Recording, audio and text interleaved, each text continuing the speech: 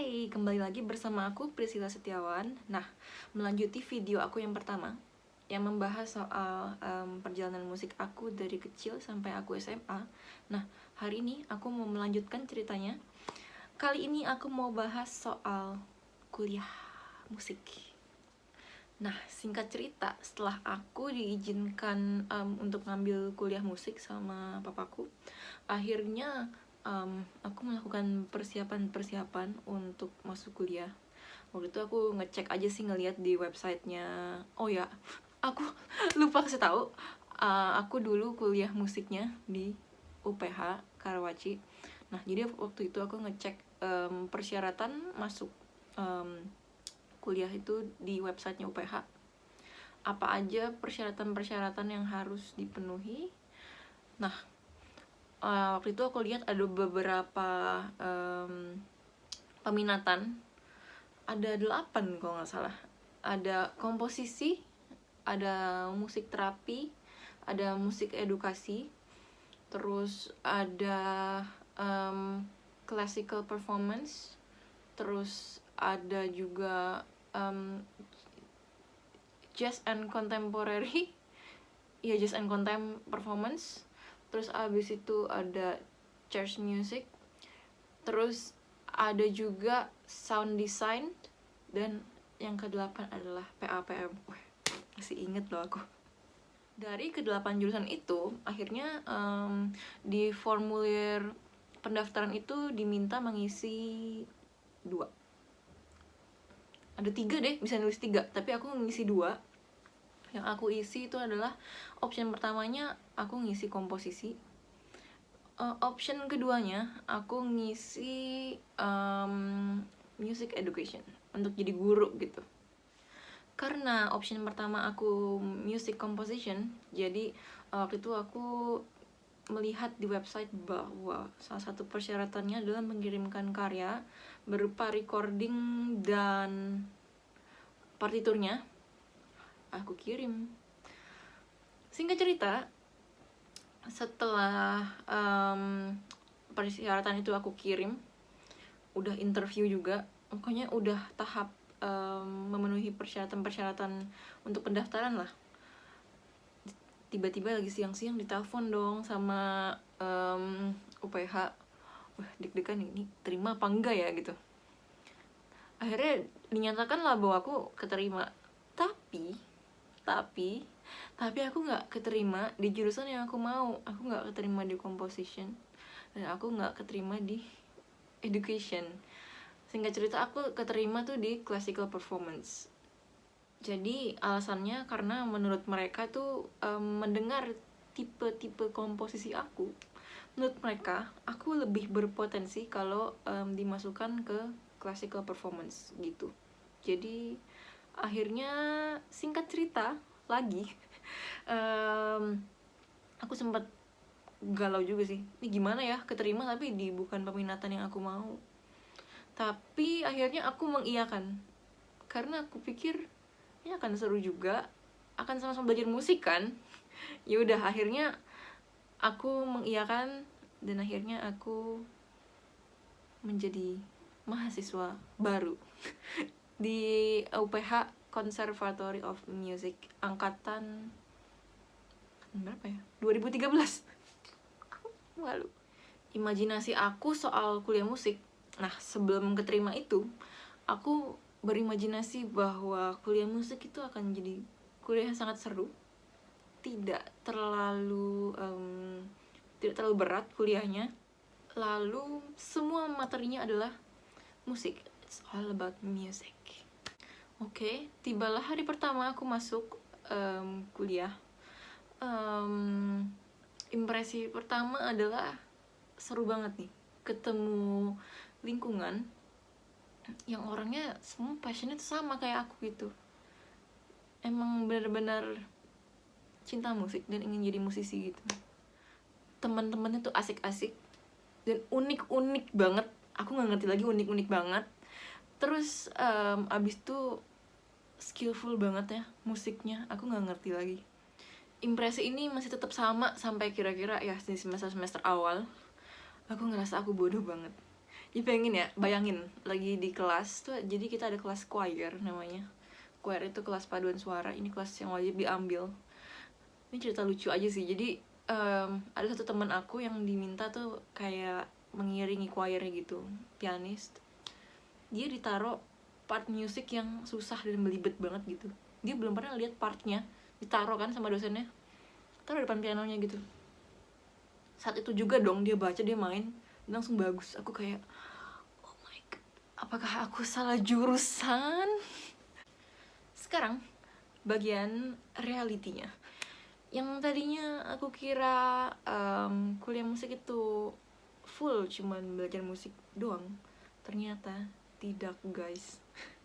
Tetap ada mata kuliah umum atau MKU gitu. Jadi di luar pelajaran-pelajaran musik, kita tetap ada pelajaran-pelajaran seperti yang kalian alami di kuliah-kuliah biasa.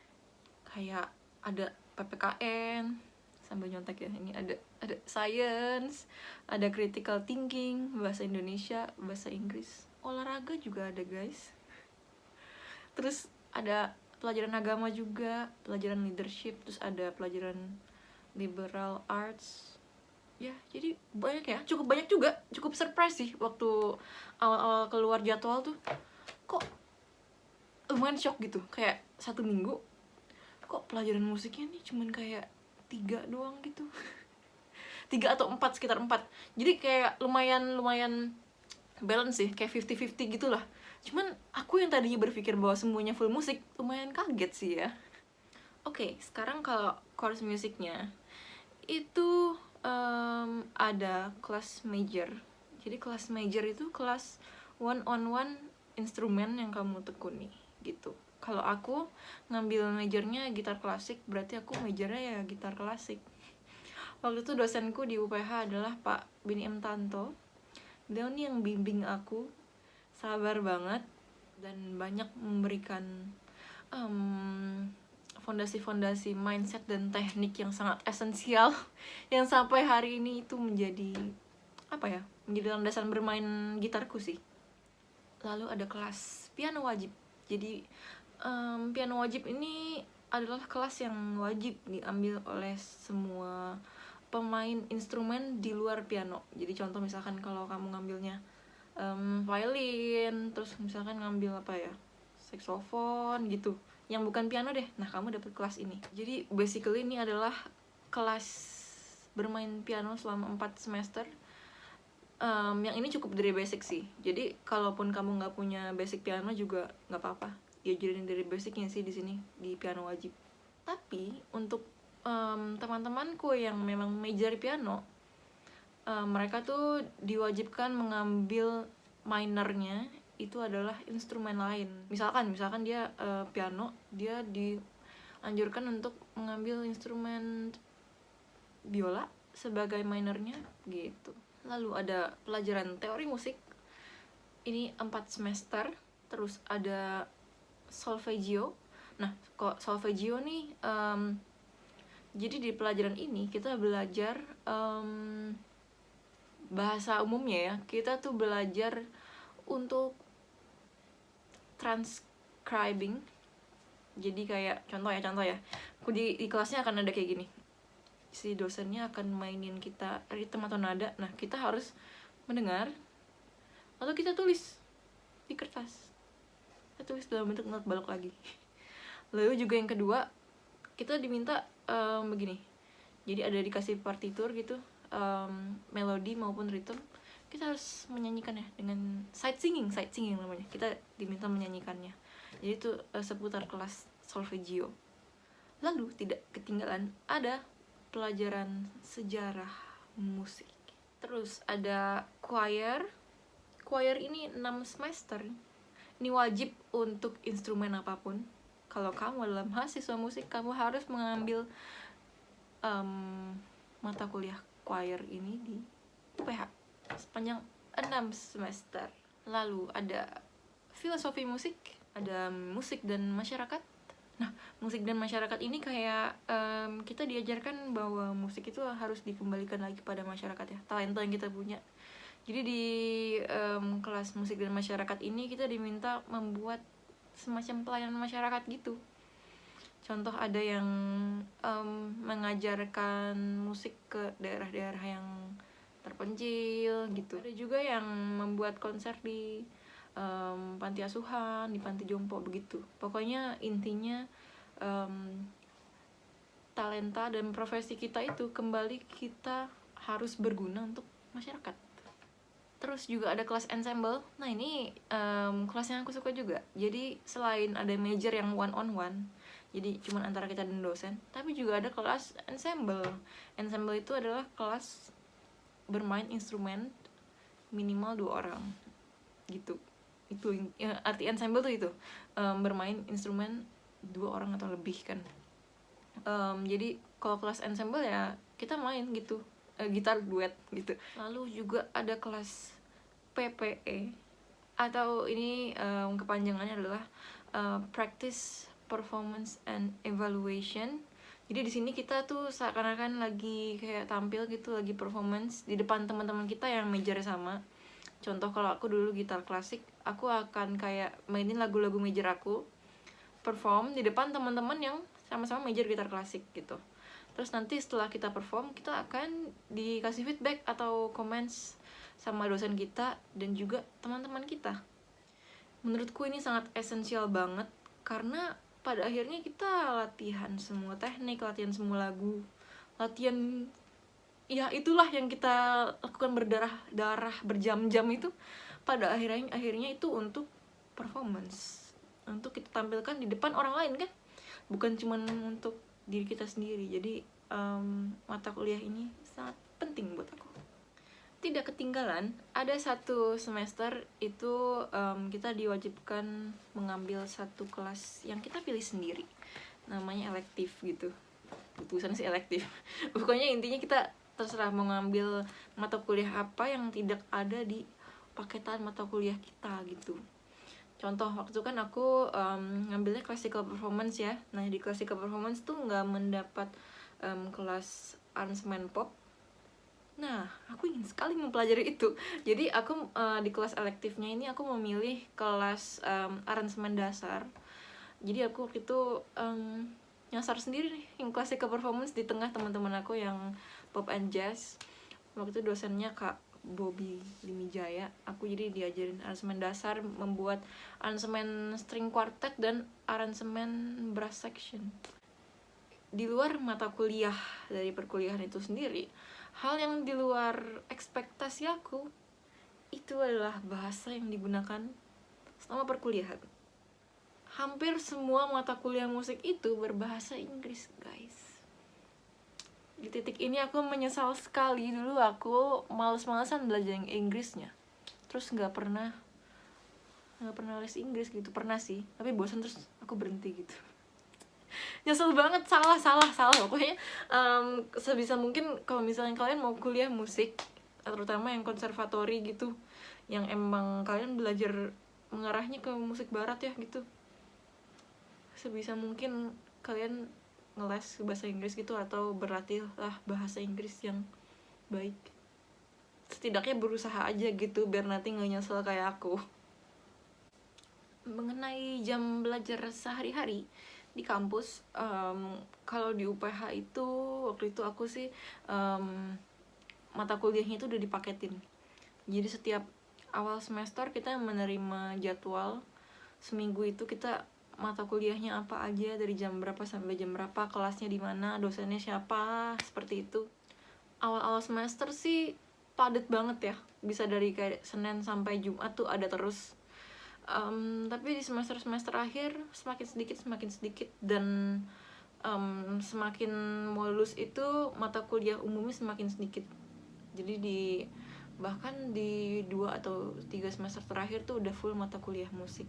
Jadi bagi kami mahasiswa musik, gedung perkuliahan itu bukan cuman tempat kita belajar di kelas gitu, tapi mungkin udah menjadi rumah kedua kita, karena di situ juga kita latihan, baik latihan sendiri maupun latihan sama teman, sama grup gitu. Jadi fakultas juga memberikan kita fasilitas practice room atau ruangan latihan. Jadi di lantai 4 gedung B itu di UPH dikasih lah ada beberapa fasilitas practice room, lalu kita dikasih kunci duplikat untuk mengakses salah satu ruangan tersebut untuk kita latihan. Ada kita bisa booking juga tuh jam-jamnya supaya kita nggak bentrokan dengan orang lain yang mau latihan juga.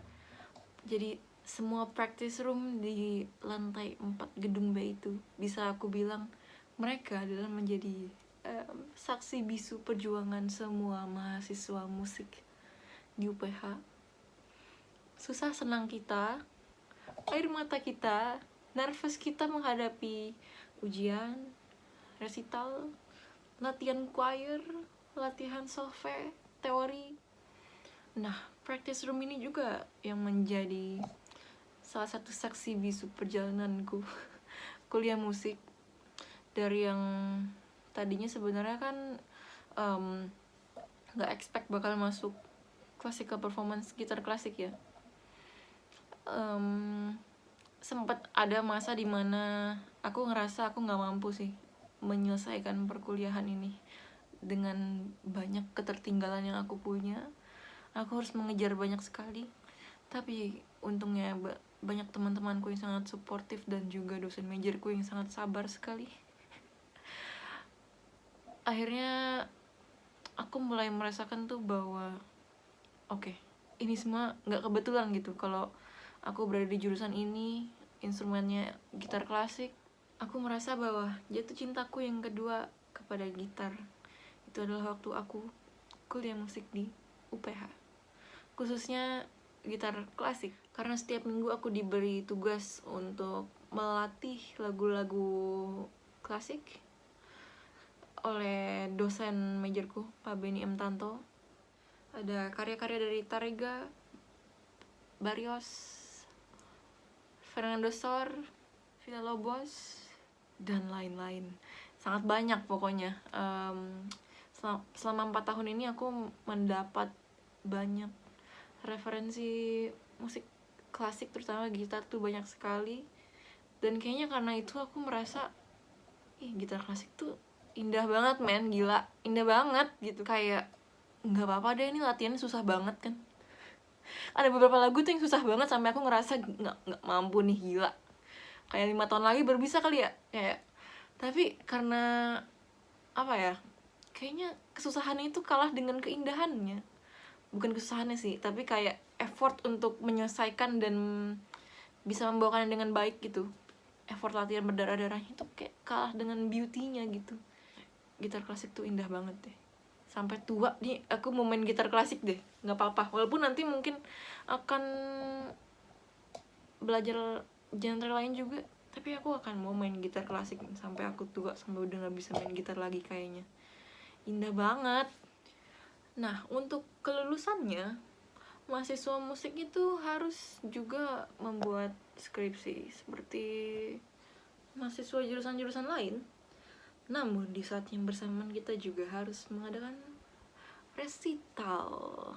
Untuk penjurusan komposisi, classical performance, dan jazz and contempt performance, itu kita harus ngadain resital 2 kali, senior dan junior, kebalik, junior dan senior. Sedangkan untuk peminatan yang lain cuman sekali aja resitalnya. Jadi sebelum menuju ke resital itu kita akan menghadapi hearing session dulu. Jadi hearing ini kita seperti performance gitu, cuman tidak di depan para penonton umum, namun di ruangan tertutup, ditonton oleh juri dan juga dinilai ya, bukan cuma ditonton, dinilai, dilihat apakah kita layak untuk mengadakan resital. Setelah kita dinyatakan layak, baru kita boleh mengadakan resital yang boleh ditonton oleh orang umum. Ngomongin soal impact kuliah musik ke hidup aku merasa banyak sekali sih. Kan banyak ya yang beranggapan bahwa kan kamu mau jadi musisi gitu, ngapain harus kuliah, les musik aja, ya kan, ambil course aja gitu. Banyak yang bilang dulu begitu. Tapi setelah menjalani kuliah musik 4 tahun, yang ternyata tidak semudah yang dibayangkan ya. Aku merasa kuliah musik itu sangat berdampak sih di kehidupan aku. Karena di sana kita nggak cuman belajar materi-materi musik yang sangat detail, nggak cuma belajar instrumennya, tapi kita belajar musik dari berbagai macam aspek, dari sangat banyak aspek gitu, dari segi filosofi, dari segi teori, dari segi pedagoginya juga.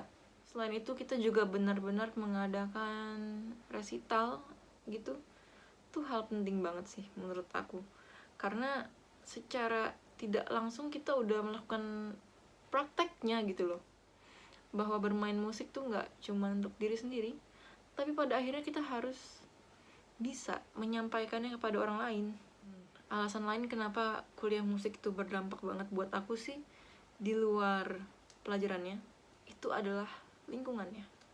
Jadi karena kita berada di lingkungan yang fokus setiap hari kerjanya belajar musik, sama-sama belajar, sama-sama berjuang gitu, apa ya, atmosfer belajar itulah yang ketransfer sih menurut aku. Atmosfer latihan, atmosfer yang haus akan ilmu, itu sih yang sampai hari ini membekas untuk aku pribadi. Hal lainnya juga sangat berdampak adalah dosen-dosen tuh benar-benar menceburkan kita ke dunia profesional sih.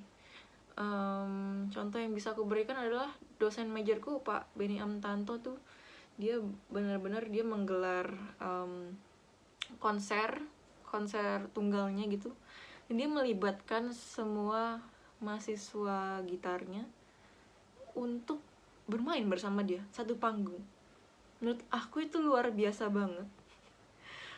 Luar biasa banget karena guru bermain bersama muridnya di panggung yang bersamaan. Menurutku itu butuh kerendahan hati.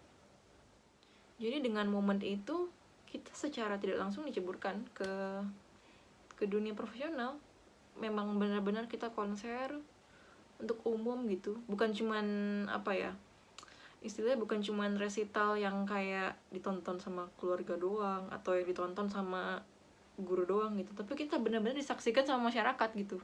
Kita benar-benar selain tampil ya, kita juga ngelihat behind the scene-nya gimana sih mempersiapkan sebuah konser, gimana kita menyusun song list gitu, gimana sih persiapan latihannya, persiapan mentalnya. Jadi juga di video kali ini aku mau berterima kasih banyak sekali kepada Pak Benny Amtanto untuk banyak masukan, banyak ujangan, dan banyak teladan yang Pak Benny berikan. Banyak sekali membekas di hati saya. Belakangan ini aku sering merenung, kenapa ya begitu aku lulus kuliah, gak langsung banget sih, tapi aku tuh ada di pikiran bahwa aku mau main gitar, aku mau jadi musisi, dan itu mungkin untuk dilakukan. Itu tidak mustahil. Aku juga mau punya komunitas yang memberkati orang, yang bisa memperkenalkan musik ini pada masyarakat. Itu aku suka mikir ya, kok aku bisa punya pikiran atau punya visi itu ya. Ya karena teladan yang diberikan sama dosenku. Dia nggak cuman nggak cuman memberikan mata kuliah gitu, nggak cuman ngomong, tapi dia melakukan. Aku belajar banyak sekali dari dedikasi dan pengabdian hidupnya Pak Benny sih. Itu menginspirasi aku banget. Dan aku telah melihat bukti nyata bahwa menjadi musisi di Indonesia ini bisa. Itu tidak mustahil karena benar ada buktinya. Oke, untuk teman-teman yang ingin atau bercita-cita kuliah musik, semoga informasi dan cerita-ceritaku ini bisa menginspirasi dan bisa juga menjadi referensi pertimbangan-pertimbangan kalian. Nah, untuk teman-teman yang sekarang punya atau diberi kesempatan sekolah musik, kalian harus sangat-sangat banyak bersyukur karena banyak sekali orang di luar sana yang ingin ada di posisi kalian, Jadi jangan sia-siakan kesempatan yang kalian punya. Buatlah yang terbaik, lakukan yang terbaik. Walaupun tidak mudah, aku sangat memahami. Tapi lakukanlah dengan penuh rasa syukur, karena banyak orang yang gak bisa ada di posisi kalian. Dan menurutku untuk bisa kuliah musik adalah sebuah privilege, sebuah kehormatan. Tapi untuk teman-teman yang ingin kuliah musik tapi belum mendapat kesempatannya, juga jangan berkecil hati. Soalnya kuliah musik itu memang bisa menjadi salah satu jalan kamu mengembangkan sayapmu di dunia musik. Namun juga bukan satu-satunya cara. Jadi jangan berkecil hati. Aku berharap dan berdoa supaya kalian menemukan jalan kalian untuk kalian mencapai cita-cita dan karir yang kalian inginkan. Oke, sekian sharing aku soal kuliah musik. Udah lah ya, udah panjang nih pasti. Semoga ini menginspirasi untuk perkataan atau statement-statement yang mungkin kurang berkenan untuk kalian. Aku mohon maaf. Dan juga kalau ada pertanyaan, kalian bisa tuliskan di kolom komen, atau bisa juga DM ke akun Instagram aku @priscilasetiawan. Dan juga tentunya jangan lupa subscribe dong. Dan jangan lupa juga share ke teman-teman, ke kerabat, ke semua orang kalau kalian merasa video ini bermanfaat untuk kalian. Sampai ketemu lagi di video-video aku berikutnya. Kalau kalian punya masukan-masukan ide konten apa yang akan aku harus bahas berikutnya, boleh komen, boleh DM. Oke? Sampai jumpa.